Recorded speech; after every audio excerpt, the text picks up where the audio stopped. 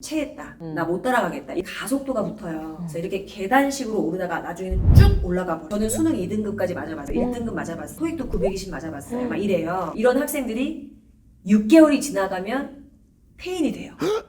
아, 나 안 해. 합격하고 싶으신가요? 그럼 이 영상을 꼭 시청해주세요. 저는 해커스 공무원학원에서 영어 가르치는 김송입니다. 반갑습니다. 이제 공부법도 중요한데 공부법 이제 선생님 켜리만 따라가면 되는데 이제 멘탈을 잡는 게 그게 제일 네, 중요하잖아요. 그쵸. 내가 마음이 내가 공부하는 거니까 네, 맞습니다. 목표대로 해야 되는데 그걸 끝까지 어떻게 해야 될지. 그래서 저는 초시생들이 이제 어떤 마음으로 공부를 시작해야 될지 그러니까 저는 그 학생들하고 같이 공유하면서 얘기하는 게 뭐냐면 how long을 생각하지 말고 how를 생각해라. 그러니까 얼마나 길게, 그러니까 예를 들어 나는 1년을 커리를 딱 잡았어요. 근데 1년 커리 잡았는데 떨어졌어요. 그러면 나도 모르게 되게 급하게 내 수준에 맞지도 않는 수업을 막 억지로 소화하다가 결국 떨어지게 되면 결국에는 나중에 어떻게 시작하고 재수를 어떻게 시작할지 부분에 있어서도 멘붕이 오니까 차라리 내 수준에 맞게 차곡차곡 쌓아 올리는 듯한 기분으로 뚝심 있게 따라오다 보면은 다른 과목하고도 적절하게 베이스가 그리고 밸런스가 맞게 돼서 결국엔 합격하게 돼 있으니까 불안해하거나 조급해하지 말라고 제가 얘기를 해요. 선생님 제 친구는 막 6개월 만에 붙었어요. 제 친구는 4개월 만에 붙었어요. 라고 막 얘기를 해요. 그럼 저는 또 말을 돌려서 못하는 성격이라 그건 걔지. 너는 걔가 아니다. 그런 뼈 있는 얘기를 할 때도 저도 물론 속상하죠. 왜냐면 그 학생은 제 학생이 아니고 얘가 제 학생이니까 저는 얘를 붙이고 싶죠. 그래서 그런 부분 때문에 저도 좀 속상한 부분도 있지만 남들과 비교하는 순간 자존감도 깎이고요. 될 것도 안 돼요. 그러니까 자존감은 잘 혼자 살고 있는데 내가 가서 막 긁는 거거든요. 그럴 필요가 없어요. 그냥 내 커리에 맞게, 내 수준에 맞게 시작해서 쭉 뚝심 있게만 오시면 돼요. 그러면 영어는 단기간에 만들어질 수가 없는 과목이다 보니까 쌓입니다. 알아서 잘 쌓여요. 저 같은 경우도 강의를 할 때 일부러 반복을 엄청 많이 해요. 그래서 문제풀이로 갈수록 제가 랩을 해요. 랩을 해요. 왜냐면 많은 친구들이 영어만 공부하는 게 아니잖아요. 그러니까 제 욕심상 영어만 했으면 좋겠는데 영어만 하는 건 아니다 보니까 당연히 휘발되고 까먹고 버벅대고 해요.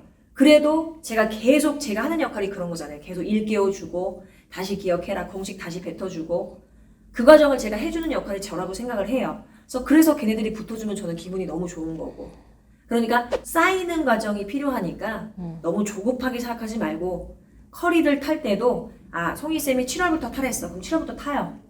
근데 만약에 내가 어떻게 하다가 9월부터 타게 됐어. 그러면은 7월부터 못 들었는데 어떻게 해요? 라고 난감해하는 게 아니고 9월부터 7월 때 시작해서 해야 되는 커리를 타는 거죠.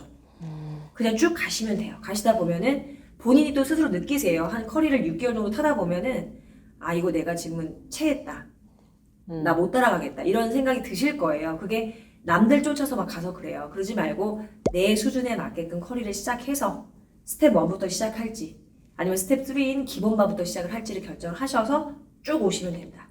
되게 맞는 말씀 같아요. 저도 이게 제 수준은 처음에 모르고 어떤 합격자가 이렇게 기출문제부터 막 하고 막 독해문제 맨날 풀어가지고 합격을 했다는 거예요. 그래서 저는 진짜 노베이스였는데 그게 맞는 건 줄 알고 6개월 했는데 점수가 안 오르더라고요. 그렇죠.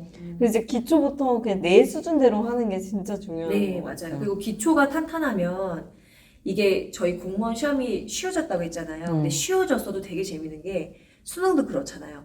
물 수능과 불 수능이 있어요. 근데 희한하게 물 수능인데도 떨어진 애들이 있어요. 불 수능인데도 붙는 애들이 있어요. 그러니까 똑같아요, 시험은.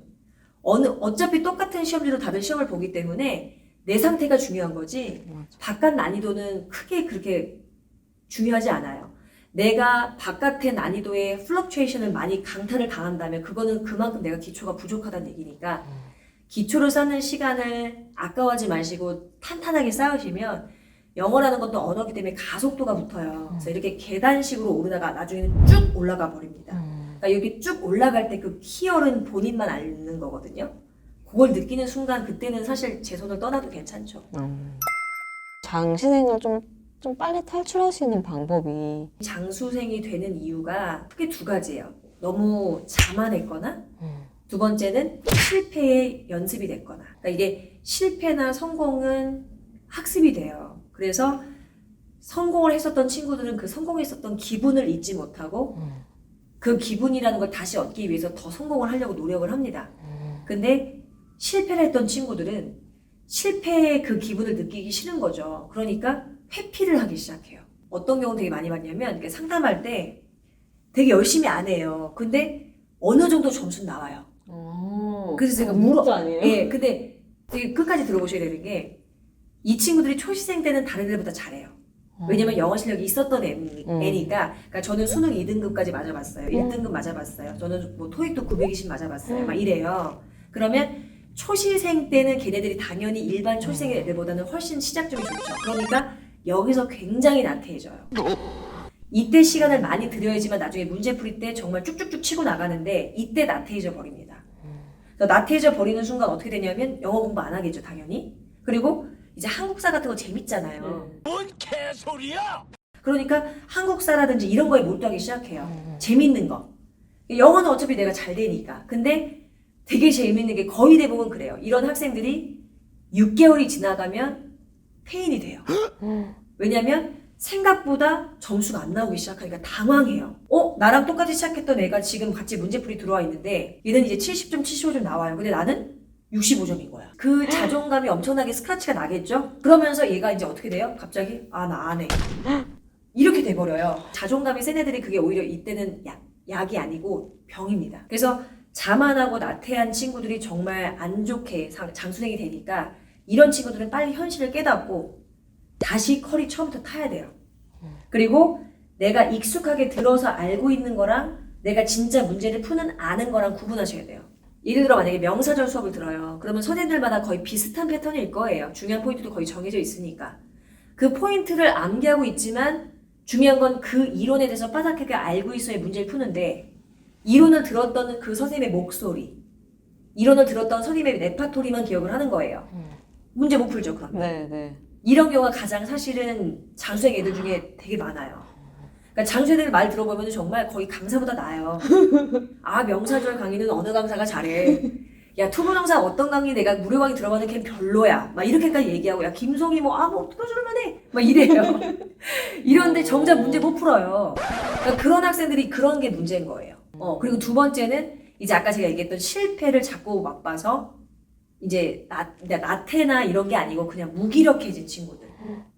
근데 다시 돌아갈 곳이 없는 거죠. 왜냐면 4, 5년, 5, 6년 이미 취업시장에 들어갈 타임도 놓쳤고 그리고 주변의 친구들은 이미 다 대기업 다니고 있거나 결혼해서 애 낳고 그러니까 그런 걸 보게 되면 자괴감이 엄청나게 오는 거죠. 가뜩이나 난 성공한 적이 없는데 애들은 자꾸 성공해가는 뭐 결혼도 성공하고 애기도 낳아서 성공하는 것 같은데 나는 아직도 방구석에 혼자 앉아 있는 거죠. 그러니까 이런 부분을 또 탈피하려면 본인이 생각을 빨리 결정해야죠. 꼭 공무원을 해야지만 행복한 건 아니거든요, 절대로. 네.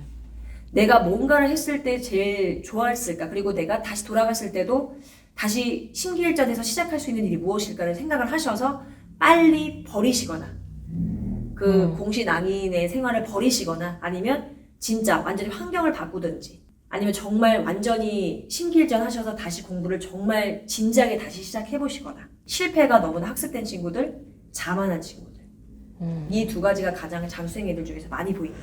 맞아. 이거 생활을 이제 일상이라고 조금 생각해버리면 그때 이제 좀 힘들어지는 거 같아요. 빨리 끝내야 된다는 생각만 해야 되는데.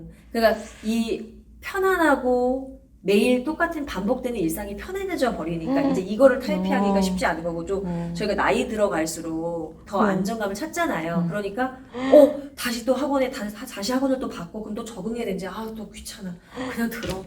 인강 들어 그냥. 이런 부분이 되게 많아요. 그래서 거의 장수생 친구들은 거의 형강을 안 들어요. 거의 인강 듣죠. 근데 인강 제가 아까 말씀드렸죠. 더 자기를 제어하기 쉽지 않다. 그러니까 이게 계속 악순환인 거예요. 그래서 그거를 탈피하고 현장에서 부딪히시거나 네. 아니면 현장에서 듣다가 오래된 친구들이라면 다시 정말 뭐 환경을 바꿔서 뭐 독서실에서 좀 나오시거나 아니면 좀 개방형 독서실을 갔거나 다른 애들 공부하는 부분을 좀 보면서 자극을 받는 거죠. 그러니까 스스로 좀 방법을 생각을 해봐야 돼요. 네. 다시 한번 생각을 해봐야 돼요. 네네네. 오늘 김송희 선생님께서 좋은 말씀 많이 해주셨는데 영어 점수 상승하는데 도움이 되셨으면 좋겠어요. 그럼 다음에 또 만나요.